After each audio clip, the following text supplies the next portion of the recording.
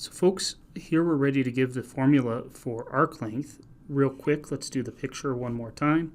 We may have some curve that lives in this case in R3. Now notice that there is a sense of orientation to this. This does matter because we're working with our vector valued functions. So orientation does matter. We have a sense of the direction of time there. And let's say we've got 2 points on this. We've got point P and point Q. And we want to talk about the arc length. And we're going to say that L is equal to the integral from point P to point Q of just ds. Now, I don't expect you to feel 100% comfortable with this integral right here. We will explore that more in the latter half of this course. But I want to go ahead and show you this integral because I think this is the easiest integral to think about, where all I'm saying is we're taking a bunch of arbitrarily thin slices. Now, careful, here are my difference vectors, ds, versus the actual orange movement along the curve, but in limit, those approach one another, and so I'm adding up a bunch of arbitrarily small segments of that curve is one way to think about this. Okay? So this is the easy to remember formula that we talked about in the previous video, but we said that this is the same thing as integrating from t equals a to t equals b. Careful, that's because r of a is supposed to end up at p, and r of b is supposed to end up at q, and then we take times the magnitude of our velocity vector dt. And so if you want a way to remember this, folks, I'm thinking of this is a little bit of time. This is time. Oops, I meant that to be in red. This is a small unit of time. And this is a small unit of speed.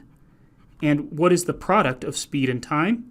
Well, that's equal to distance by that old formula that we know. Distance is equal to speed times time. And so what I'm doing here is I'm adding up a bunch of little units of distance as time progresses from A to B as I travel along this curve. If you want to be more precise with the formula ready to compute, you have the integral from t equals A to t equals B of how do I compute r prime of t if I've given it in terms of component functions.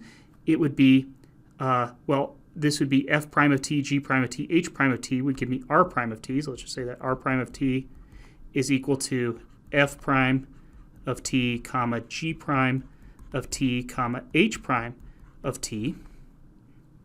And so if I talk about the magnitude of r prime of t, what I have is the square root of f prime of t squared plus g prime of t squared plus h prime of t squared.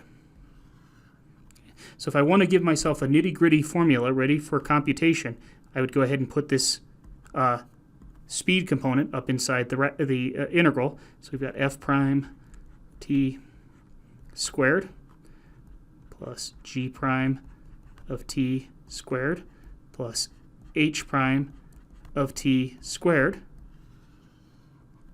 dt.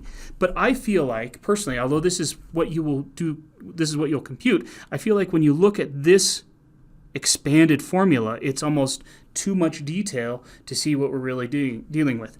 This is the first thing you should think of, is adding a bunch of ds long segments as we go from P to Q, and as I add those up, those outline to give us the entire arc length, or this a little bit less condensed notation where we can see the speed times time giving us a small unit of distance, and we're adding that up from t equals a to b. But this is the messy computation that you'll actually do when computing arc length. Finally, if we want to talk about what this would look like in R2, there's not really any difference here.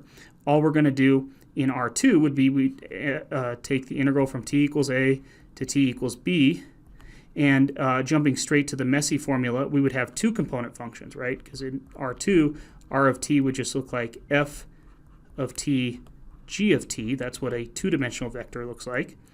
And so we would have f of t prime quantity squared plus g prime of t quantity squared, and we're taking the magnitude of that. What you need to see here, folks, this looks like an alphabet soup.